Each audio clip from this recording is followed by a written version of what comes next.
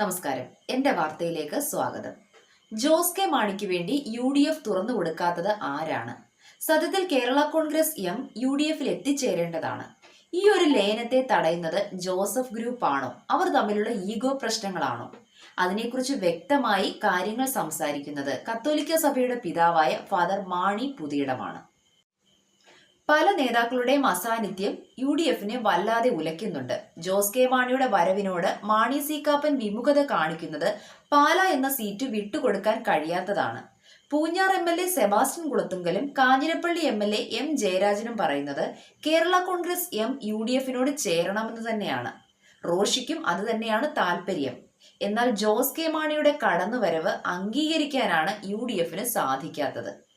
പക്ഷേ ഇടതുപക്ഷത്തോട് ചേർന്നുള്ള നിൽപ്പ് കേരള കോൺഗ്രസിന് ശോഭനമാകില്ല എന്നാണ് ഫാദർ മാണി പുതിയിടം വ്യക്തമാക്കുന്നത്. മലയോര കർഷകരും കേരള കോൺഗ്രസിന്റെ പ്രവർത്തകരും ഒരുപാട് കാലം ഈ ഇടതുപക്ഷ അനുഭാവം പിന്തുണയ്ക്കാൻ സാധ്യതയില്ല.